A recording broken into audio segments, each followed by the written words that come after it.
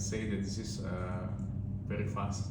Comparing with OECD membership, it needs time. But at BRICS, we see that the acceleration is quite fast. And Indonesia membership in BRICS can help accelerate the achievement of 8% economic growth, because we know that President Prabowo would like to push the economic growth until 8%, and his target is in 2029 through technology transfer and accelerating industrialization and expanding export market share. And of course, membership in BRICS can increase Indonesia attractiveness and investment destinations, because as we know that the membership, Brazil, Russia, India, China and South Africa. I believe that because I went to China on the last 2 months, and I see that China growing very fast, especially in electric vehicle, in energy, and then all the industrialization. So I believe that this cooperation, of course, will have a good impact for Indonesian technology and supports. But if we see it can reduce Indonesia and independence on traditional market, this is that we have to pay attention, and it can be a strategic stepping stone, of course, to achieving the status of high-income country like President Prabowo wants. So we will see that there is a positive and there is a negative impact. And of course, Indonesian entry into BRICS could increase dependence on China, as Indonesian import from China have soared 112.6% in the past 9 years on my notes. So you see from this few months how far the reaction of the United States, the European Union on how to see Indonesia membership in BRICS. Okay, so as you know that BRICS commitment to creating a new currency to reduce dependency on the US dollar has sparked controversy, especially after US President-elect Donald Trump threatened BRICS not to create a new currency. So will this deter BRICS intentions? Of course, Donald Trump will be elected, has been elected and will be inaugurated on January. Donald Trump's threat of high tariff is aimed to maintaining the dominance of the US dollar in international trade. Because if we know that this tariff could make BRICS products more expensive in the US market, that's the key. The BRICS official seems unfazed by the threats, and we see that the Russian Deputy Foreign Minister, they stated that the work on BRICS payment system will continue despite Trump's threat. So the BRICS will continue to develop the new currency to reduce dependency of the United States, especially the dollar itself. And the proposal by BRICS to develop an alternative currency aims to diminish reliance on the US dollar in international trade. Because we know that there is some impact last time on the end of last year, the position of rupiah and US dollar, as we know. But we believe that President-elect Donald Trump will impose 100% tariff on BRIC nation if they pursue these tariffs. So they will put more tariff if we or if BRICS using the single currency. So we'll see whether this currency will be done and will be finished as soon, and we will see the commitment of the member, the states member of the BRICS itself. Indonesia position will be interested to see whether they will support this new currency or not, because it's not easy like ASEAN. ASEAN, they have initiative to develop the single currency, but until now it's time, needs more time on that. So if we see that, of course there will be reaction from Donald Trump and they will put tariff more and more, but another see, we will see whether BRICS will committed with their new currency or not. So the BRICS alliance is considered to provide limited benefits for Indonesia, as China's economy is projected to slow down, especially after Donald Trump's re-election, which is expected to trigger trade protectionism. What is your response to this? Yes, of course, we see that there are two types of international trade for nowadays.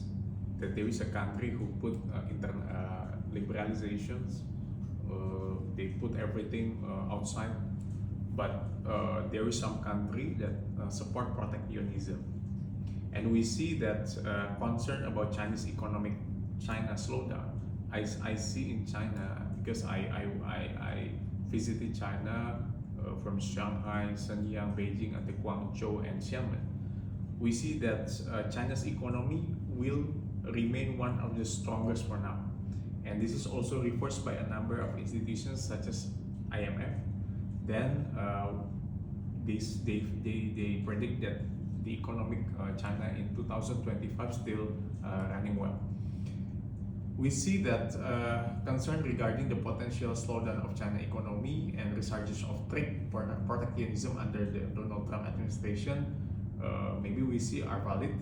However, Indonesia membership in BRICS offers a platform to mitigate such risks by diversifying economic partnership and reducing over-reliance on any single economy. And we see that if Indonesia will play his role, because we know that we are non-bloc country, so we have to be independent from this, because there are two sides. That there is BRICS, which is supported by Russia and China, and South Africa and India for sure. We have not we must not forget that India also play a role in global economy.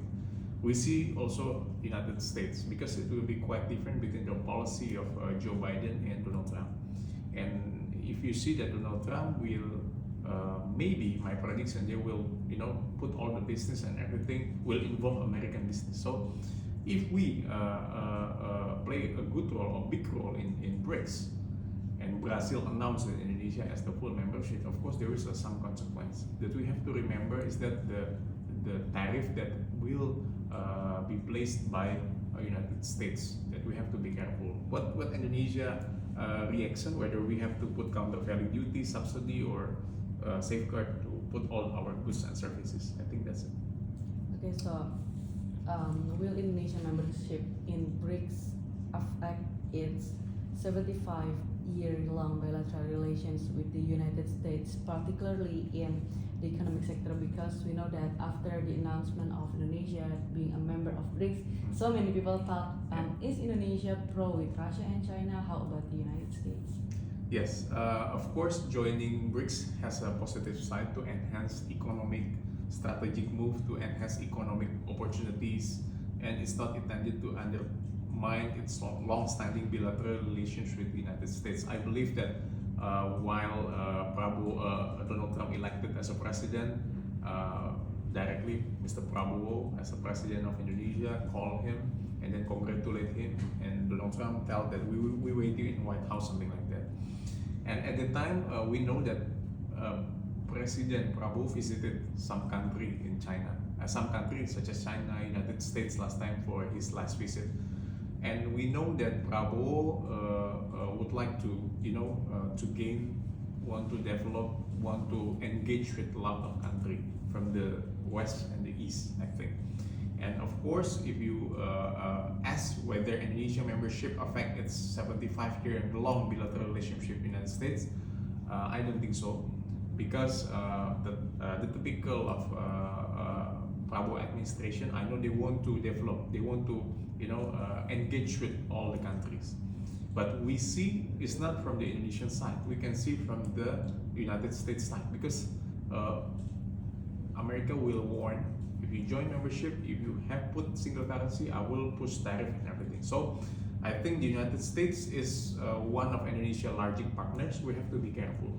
So even we have elected as the full membership, I think United States have already known about this. We have to be careful in our policy. Still, as the independent country, non-bloc country, we have to see from both sides.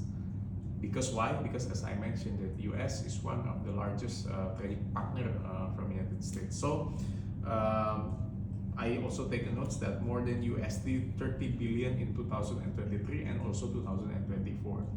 And also the US is also one of the main investors in Indonesia, especially in energy and technology sectors. So we hope that US policy for Indo-Pacific will support us in Indonesia, and with a good bilateral relationship, as mentioned, 75 years. I think this is not a short story, this is a long story. So hopefully it will be good. It will be good, and it will be great bilateral relationship between Indonesia and United States. Yeah, that's it. Thank you so much. Thank you very much. Udah.